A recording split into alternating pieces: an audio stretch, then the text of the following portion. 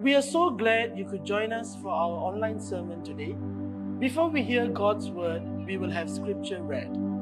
நீங்கள் இணையம் வழியாக இடம்பெறும் பிரசங்கத்தில் எங்களோடு இணைந்திருப்பதில் நாங்கள் மகிழ்ச்சி அடைகிறோம். ஆண்டவருடைய வார்த்தையை கேட்பதற்கு முன்பாக வேத வாசிப்பு வாசிக்கப்படும். கர்த்தருக்கு ஸ்தோத்திரம். இன்று தேவ செய்திக்கென்று எடுத்துக்கொள்ளப்பட்ட வேத பகுதி யோவான் எழுதின சுவிசேஷம் 20 அதிகாரம் வசனங்கள் 19-31 வரை. புதிய ஏற்பாட்டில் பக்கம் 158. யோவான் எழுதின சுவிசேஷம் 20 அதிகாரம் வசனங்கள் 19-31 வரை. வாரத்தின் முதல் நாளாகிய அன்றைய தினம் சாயங்கால வேளையிலே சீஷர்கள் கூடியிருந்த இடத்தில் யூதர்களுக்கு பயந்ததினால் கதவுகள் பூட்டியிருக்கையில் இயேசு வந்து நடுவே நின்று, உங்களுக்கு சமாதானம் என்றார். அவர் இப்படி சொல்லி தம்முடைய கைகளையும் விலாவையும் அவர்களுக்கு காண்பித்தார். சீஷர்கள் கர்த்தரைக் கண்டு சந்தோஷப்பட்டார்கள். இயேசு மறுபடியும் அவர்களை நோக்கி, உங்களுக்கு சமாதானம் உண்டாவதாக. பிதா என்னை அனுப்பினது போல நானும் உங்களை அனுப்புகிறேன் என்று சொல்லி அவர்கள் மேல் ஊதி, பரிசுத்த ஆவியை பெற்றுக்கொள்ளுங்கள். எவர்களுடைய பாவங்களை மன்னிக்கிறீர்களோ அவைகள் அவர்களுக்கு மன்னிக்கப்படும். எவர்களுடைய பாவங்களை மன்னியாதிருக்கிறீர்களோ அவைகள் அவர்களுக்கு மன்னிக்கப்படாது இருக்கும் என்றார். இயேசு வந்திருந்த போது 12 ஒருவனாகிய திதிமோ என்னப்பட்ட தோமா என்பவன் அவர்களுடனே கூட இருக்கவில்லை. மற்ற சீஷர்கள் கர்த்தரைக் கண்டோம் என்று அவனுடனே சொன்னார்கள். அதற்கு அவன், அவருடைய கைகளில் ஆணிகளினால் உண்டான காயத்தை நான் கண்டு, அந்த காயத்திலே என் விரலை விட்டு என் கையை அவருடைய விலாவிலே போட்டால் ஒழிய விசுவாசிக்க மாட்டேன் என்றான். வசனம் 26. மறுபடியும் 8 நாளைக்குப் பின்பு அவருடைய சீஷர்கள் வீட்டுக்குள்ளே இருந்தார்கள். தோமாவும் அவர்களுடனே கூட இருந்தான். கதவுகள் பூட்டப்பட்டிருந்தது. அப்பொழுது இயேசு வந்து நடுவே நின்று, உங்களுக்கு சமாதானம் என்றார். பின்பு அவர் தோமாவை நோக்கி, நீ உன் விரலை இங்கே நீட்டி என் கைகளைப் பார். உன் கையை நீட்டி என் விலாவிலே போடு. அவ்விசுவாசியாய் இராமல் விசுவாசமாய் இரு என்றார். தோமா அவருக்கு பிரதியுத்தரமாக, என் ஆண்டவரே, என் தேவனே என்றான். அதற்கு இயேசு, தோமாவே, நீ என்னை கண்டதினாலே விசுவாசித்தாய். காணாதிருந்தும் விசுவாசிக்கிறவர்கள் பாக்கியவான்கள் என்றார். இந்த புஸ்தகத்தில் எழுதியிராத வேறு அநேக அற்புதங்களையும் இயேசு தமது சீஷருக்கு முன்பாக செய்தார். இயேசு தேவனுடைய குமாரனாகிய கிறிஸ்து என்று நீங்கள் விசுவாசிக்கும்படியாகவும், விசுவாசித்து அவருடைய நாமத்தினாலே நித்திய ஜீவனை அடையும்படியாகவும் இவைகள் எழுதப்பட்டிருக்கிறது. ஆமேன். இது தேவனுடைய வசனம். நாம் யாவரும் சேர்ந்து சொல்லுவோம், தேவனுக்கு ஸ்தோத்திரம். நாம் ஜெபம் செய்வோமாக. Let us pray. கண்மலை மீட்புமாயிருக்கின்ற கர்த்தாவே, இந்த நாளிலே நீர் எங்களோடு பேசும்படியாக ஜெபிக்கிறோம். This day we pray, Lord, that you would speak to us through your word. May we give you the right responses that will honor you. ஆண்டவரே, உம்மையை கனப்படுத்தக்கூடிய சரியான மறுஉத்தரவு எங்களுக்கு கொடுப்பீராக. எங்களுக்கு உதவி செய்யும்படியை ஜெபிக்கிறோம். இயேசு கிறிஸ்துவின் நாமத்தில், in Jesus' mighty name. Amen. Our belief, நம்முடைய நம்பிக்கை. What do you believe in? நாம் எதில் நம்பிக்கை வைத்திருக்கிறோம்? We all have beliefs. நமக்கு யாவருக்குமே நம்பிக்கைகள் உண்டு. Are you convinced there is truth in your belief that you are willing to take actions based on that belief? நாம் நம்பக்கூடிய காரியத்திலே உண்மை இருப்பதாகவும் அந்த நம்பிக்கை அடிப்படையிலே நாம் நடவடிக்கைகளை எடுக்க தயாராக இருக்க நாம் ஆயத்தமாக இருக்கிறோமா? அதிலே உறுதியாக இருக்கிறோமா? Our beliefs, my friends, affect our actions. நம்முடைய நம்பிக்கைகள் நமது செயல்களை பாதிக்கின்றன. We all have a belief system within us. நமக்குள்ளாக ஒரு நம்பிக்கை அமைப்பு இருக்கிறது. அந்த நம்பிக்கை தான் நம்ம நம்பக்கூடிய காரியத்தின் தான் நாம் எப்படி யோசிக்கிறோம், எப்படி பேசுகிறோம், எப்படி நடந்துகிறோம் என்று சம்பந்தம் இருக்கிறது. There is a deep connection between our belief system and the way that we think, we speak and we act. So my question to us is, do we believe in Jesus? இயேசுவின் மீது நம்ம நம்பிக்கையாக இருக்கிறோமா? அவரை நம்புகிறோமா? How do we know that we really believe in Jesus? நாம் இயேசுவை உண்மையாக நம்புகிறோம் என்று எப்படி புரிந்து கொள்ளலாம்? நம்மளுடைய நம்பிக்கை, இயேசுவின் மீது இருக்கக்கூடிய நம்பிக்கை, நம்ம எப்படி சிந்திக்கிறோம், எப்படி பேசுகிறோம், எப்படி நடந்துகிறோம் என்று அதிலே நம்ம கவனம் காட்டும் பொழுது அதை புரிந்து கொள்ளலாம் நம்மளுடைய நம்பிக்கை எந்த அளவு இயேசுவின் மீது இருக்கிறது என்று. Our belief in Jesus will be seen in the way that we think, we act or speak. As we are not completely transformed in Jesus' likeness as we are right now, நாம் இப்பொழுது இயேசுவை போல முழுமையாக அவர் பிரதிபலிக்காமல் தவித்துக் கொண்டு இருக்கிற நிலைமையில் இருக்கும் பொழுது நம்மளுடைய நம்பிக்கை அமைப்பில் எல்லா பகுதியிலும் இயேசுவை வெளிப்படுத்தாது. Because we are not completely transformed right now as we are living on this earth, not every aspect of our belief system will reflect Jesus. As such, not every aspect of our thinking and our actions and our speech will reflect Jesus. ஆகியாலே நாம் முழுமையாக இயேசுவை போல பிரதிபலிக்காதவர்களாக இருப்பதினாலே, நமக்கு பலவிதமான குறைபாடுகள், பலவீனங்கள் இருப்பதினாலே நம்மளுடைய நம்பிக்கை அமைப்பானது முழுமையாக இயேசுவை பிரதிபலிக்காததுனாலே நம்முடைய சிந்தனை, நம்முடைய பேச்சு, நம்முடைய நடக்கை முழுமையாக இயேசுவை அது வெளிப்படுத்த முடியாது. நாம் யாவருமே தொடர்ந்து ஒவ்வொரு நாளும் மறுரூபமாக்கப்பட்டு கொண்டிருக்கிறவர்களாக நாம் இருக்கிறோம். We are constantly being transformed. We are works in progress. The more important question is, do we believe in Jesus? Do our belief in Jesus cause us to want to be transformed in our thinking, in our action, and our speech? நாம் இயேசுவின் மீது வைத்திருக்கின்ற நம்பிக்கையானது, அந்த நம்பிக்கை நாம் இயேசுவை போல சிந்திக்க வேண்டும், நாம் இயேசுவை போல நடக்க வேண்டும், நாம் இயேசுவை போல பேச வேண்டும் என்று நமக்குள்ளாக ஒரு வாஞ்சையை உருவாக்குகிறதா? நம்மளுடைய நம்பிக்கை அமைப்பானது, இயேசுவின் மீது வைத்திருக்கிற நம்பிக்கையானது நமக்குள்ளாக ஒரு வாஞ்சையை உருவாக்குகிறதா? நான் இன்னும் இயேசுவை போல சிந்திக்கவில்லை, நான் இன்னும் இயேசுவை போல நடக்கவில்லை, நான் இன்னும் இயேசுவை போல முழுமையாக அவரை போல பேசவில்லை, ஆக நான் பேச வாஞ்சிக்கிறேன், சிந்திக்க வாஞ்சிக்கிறேன், நடக்க வாஞ்சிக்கிறேன் என்று நம்மளுடைய நம்பிக்கையானது, நம் இயேசுவின் மீது வைத்திருக்கிற நம்பிக்கையானது அப்படிப்பட்ட ஒரு வாஞ்சையை உருவாக்குகிறதா? Does our belief in Jesus cause a desire within us to want to be transformed in His likeness, in our thinking, in our speech, in our actions?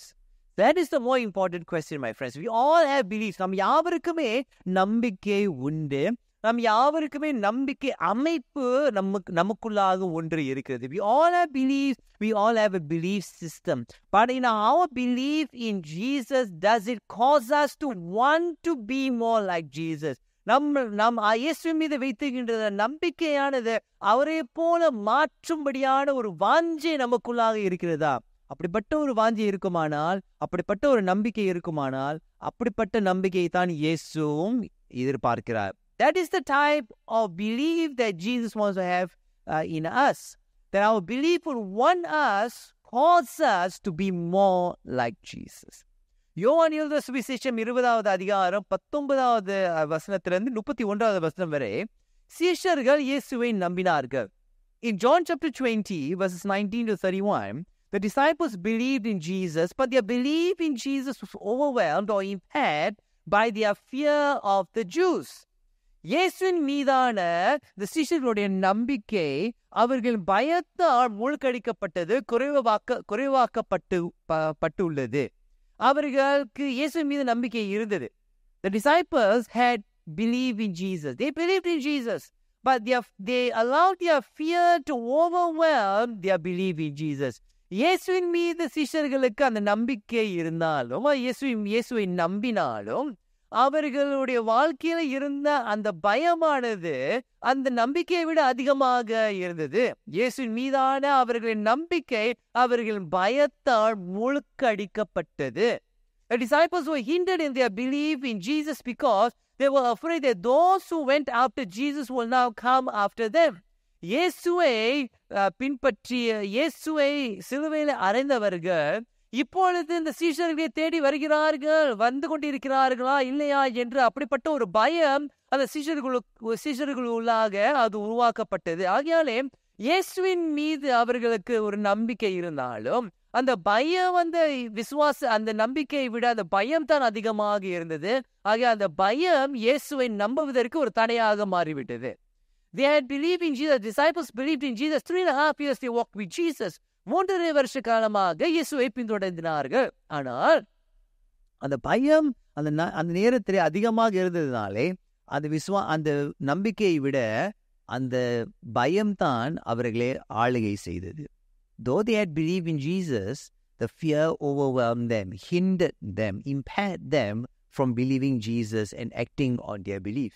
இயேசுவின் மீது அந்த நம்பிக்கை எதனால அந்த தடையாகப்பட்டது என்றால் அந்த பயத்தினாலே அந்த சீஷர்கள் செயல்பட முடியவில்லை.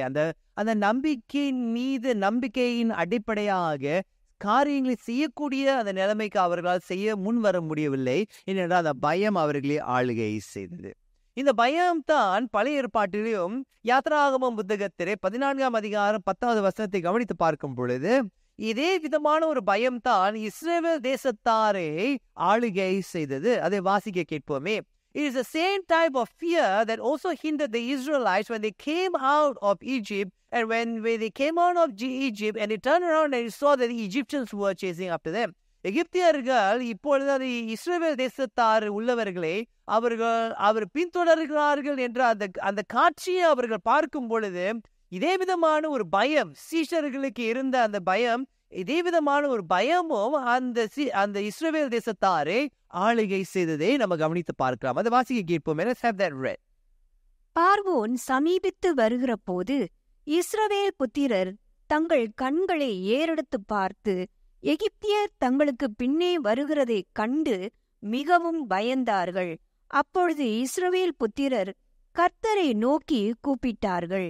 மிகவும் பயந்தார்கள். Pharaoh drew near, the people of Israel lifted up their eyes, and behold, the Egyptians were marching after them, and they feared greatly, and the people of Israel cried out to the Lord. Fear hinders faith in God and work for God. பிரியமானவர்களே, பயமானது தேவன் மீது உள்ள அந்த விசுவாசத்தை, அந்த நம்பிக்கைக்கு ஒரு தடையாக மாறி வருகிறது. தேவனுக்காக செயல்படுவதற்கும் அது ஒரு தடையாக மாறி வருகிறது. Fear hinders faith in God and work for God. பயமானது ஆண்டவர் மீது உள்ள அந்த நம்பிக்கைக்கு ஒரு தடையாக மாறி வருகிறது. ஆண்டவருக்கு செயல்படுவதற்கு ஒரு தடையாக மாறுகிறது. What are you fearful in your life today? இன்றைக்கு பிரியமானவர்களே, உங்களுடைய வாழ்க்கையில உள்ள பயம் என்ன? நீங்க எதிர்காலத்தை குறித்து பயந்து கொண்டிருக்கிறீர்களா? இல்ல உங்களுடைய இருக்கக்கூடிய அந்த நிலைமையை குறித்து பயந்து கொண்டிருக்கிறீர்களா? என்ன நடைபெற போகிறது என்று அந்த தெரியாமையானது நம்மை பயத்துக்குள்ளாக நடத்தி கொண்டிருக்கிறதா? What are you fearful about in your life? Are you fearful about your future? Are you fearful about your current circumstance? Or are you fearful about the unknown? It is important to identify the fears that we have in life, because fear hinders faith in God and fear hinders work for God. அந்த பயங்களை அடையாளம் கொள்வது முக்கியம். ஏனென்றால் பயமானது ஆண்டவர் மீது உள்ள அந்த நம்பிக்கைக்கு ஒரு தடையாக மாறி வருகிறது. ஆண்டவருக்கு செயல்படுவதற்கு அது ஒரு தடையாக மாறி வருகிறது. இயேசு யோவான் எழுதின சுவிசேஷம் 20வது அதிகாரத்திலே தன்னுடைய சீஷர்களுக்கு இருந்த அந்த பயத்தை அறிந்து அவர்களுக்கு தோன்றி அவர்களுடைய பயத்திலிருந்து ஒரு விடுதலை கொடுத்து மறுபடியுமாக அவர்களுடைய நம்பிக்கைக்கு ஒரு மறுசீரமைப்பை கொண்டு வந்தார். Now God, Jesus knew that the disciples were in fear, and he appeared to them to calm them down, to give them peace, and to restore their belief in Jesus. Now if you notice, right after Jesus calms them down, restores their belief, he instructs them to act on their strengthened belief in him. இயேசு அந்த சீஷர்களுக்கு தோன்றி அவர்களை அமைதல்படுத்தி அவர்களுக்கு சமாதானத்தை உருவாக்கின பிறகு அவர்களுடைய நம்பிக்கைக்கு ஒரு மறுசீரமைப்பை கொண்டு வந்த பிறகு அந்த நம்பிக்கைக்கு சம்பந்தப்பட்ட செயல்களை செய்யும்படியாக இயேசு அவர்களுக்கு ஒரு கட்டளை கொடுக்கிறார். Now he says here in verse 21, chapter 20, peace be with you, as the Father has sent me, even so I am sending you. 20ஆம் அதிகாரம், யோவான் 20ஆம் அதிகாரம் 21வது வசனத்தை கவனித்து பாருங்கள். இயேசு மறுபடியும் அவர்களை நோக்கி, உங்களுக்கு சமாதானம் உண்டாவதாக, பிதா என்னை அனுப்பினது போல நானும் உங்களை அனுப்புகிறேன் என்று சொல்லி, பிரியமானவர்களே, பிதா என்னை அனுப்பினது போல நானும் உங்களை அனுப்புகிறேன். அதை இந்த வார்த்தைகளை அவர் எப்பொழுது சொன்னார்? அவர்களுடைய நம்பிக்கைக்கு ஒரு மறுசீரமைப்பு வந்த பிறகு, இப்பொழுது உங்களுடைய நம்பிக்கையின்படி நடந்து கொள்ளுங்கள் என்று அவர் சொல்கிறார். பிதா என்னை அனுப்பினது போல இப்பொழுது எந்த நோக்கத்துக்காக நான் உங்களை தெரிந்து கொண்டேனோ அந்த நோக்கத்தை நிறைவேற்றும்படியாக நான் இப்பொழுது உங்களை அனுப்புகிறேன் என்று இயேசு சொல்கிறார். Now Jesus now tells the disciples, you have been chosen for a specific reason. Now that your belief in me has been restored, now go and do what your belief demands you to do, to work for me, to do things for me. எனக்காக காரியங்களை செய்யும்படியாக நீங்கள் என் மீது வைத்திருக்கிற நம்பிக்கை உங்களை நடத்தும்படியாக இப்பொழுது இடம் கொடுங்க.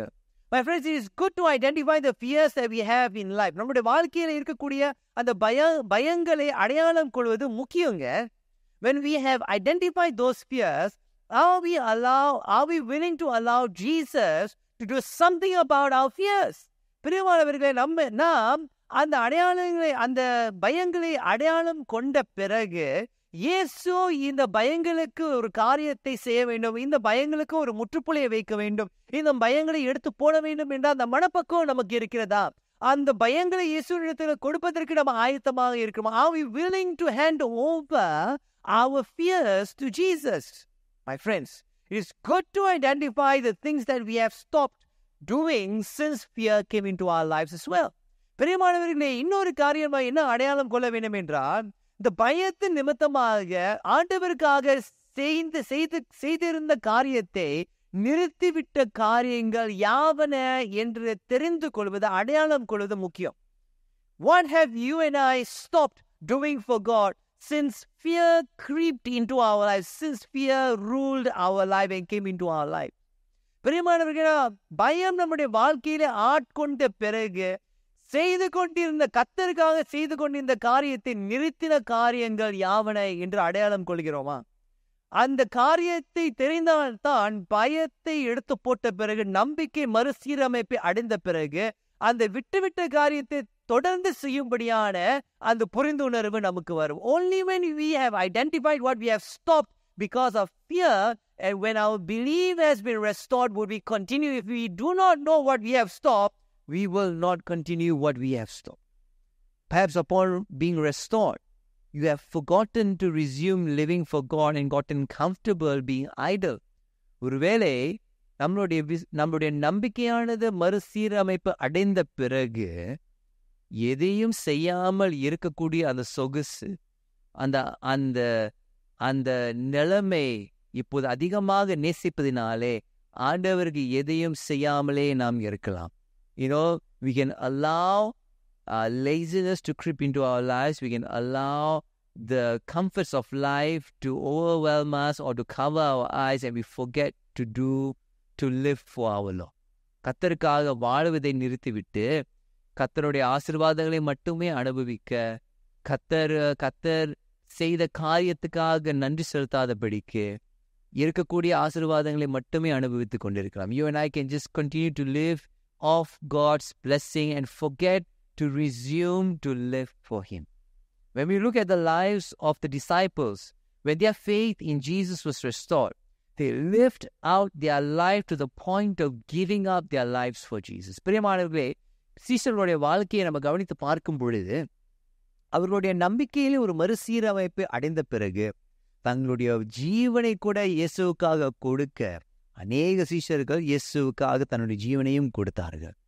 அப்படிப்பட்ட விதத்திலே அவர்கள் வாழ்ந்தார்கள். இன்றைக்கு நீங்களும் நானும் நம்மளுடைய பயத்தினாலே செய்யக்கூடிய காரியத்தை நிறுத்திவிட்டோம்.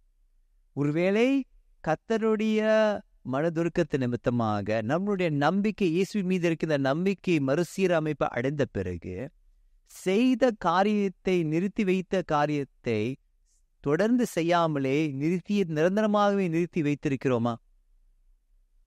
கர்த்தருடைய ஆசீர்வாதத்தை மட்டும் அனுபவித்து கர்த்தருக்காக வாழாமல் நம்ம இருக்கிறோமா? சீஷர்களை போல நாம் வாழும்படியாக கர்த்தர் இந்த நாளில் நம்மை ஏவுகிறார்.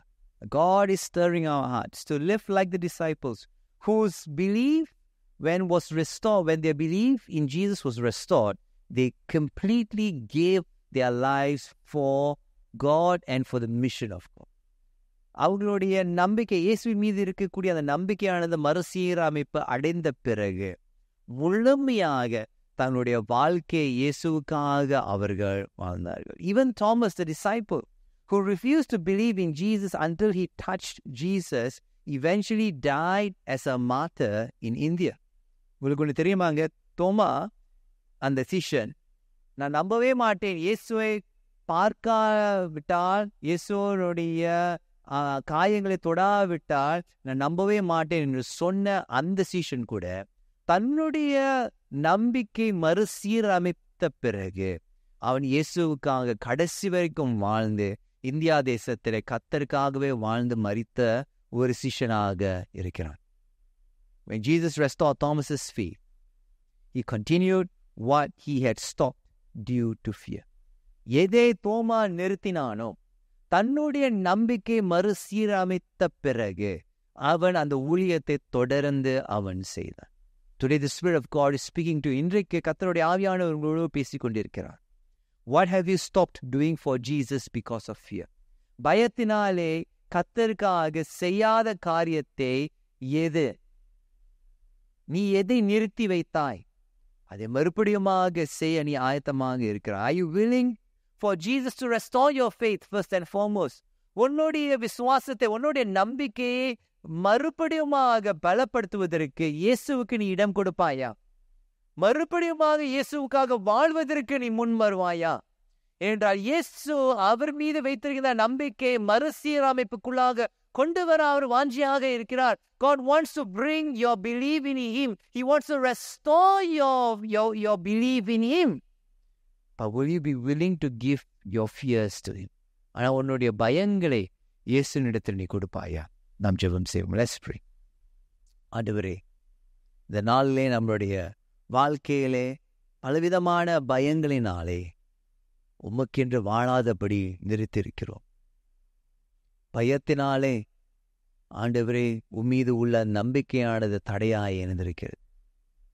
அதற்காக ஆண்டவரே எங்களை மன்னியும் என்று உம்முடைய சமூகத்திலே சொல்கிறோம். Lord, we say to you, please would you forgive us for the times where we have allowed fear to overwhelm us, to hinder us in believing in you.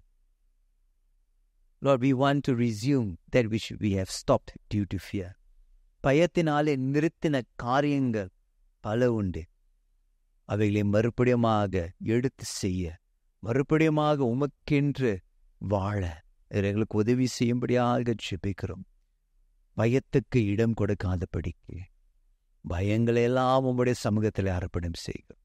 Instead of allowing fear to rule over us, we offer those fears to you.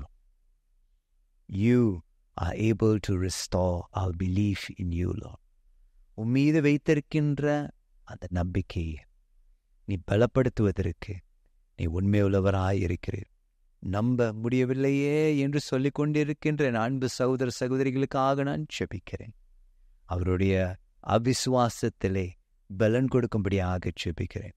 அவன் நம்பிக்கையிலே நம்பிக்கை பிறக்கும்படியாக ஜெபிக்கிறேன். ஆண்டு may in their unbelief great belief be born and be birthed in their life. We pray this in Jesus' mighty name. இயேசு கிறிஸ்துவின் நாமத்தில் ஜெபிக்கிறோம். Amen. We hope you have been blessed by the word of God today. If you have any questions after hearing the sermon today or need someone to talk to, please contact our church office.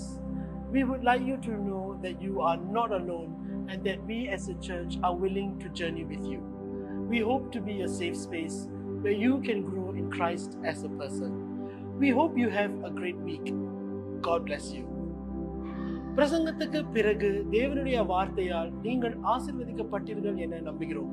பிரசங்கத்தை கேட்ட பிறகு உங்களுக்கு ஏதேனும் கேள்விகள் இருந்தால் அல்லது யாரிடமாவது பேச வேண்டும் என்றால் எங்கள் சபை அலுவலகத்தை தொடர்பு கொள்ளுங்கள்.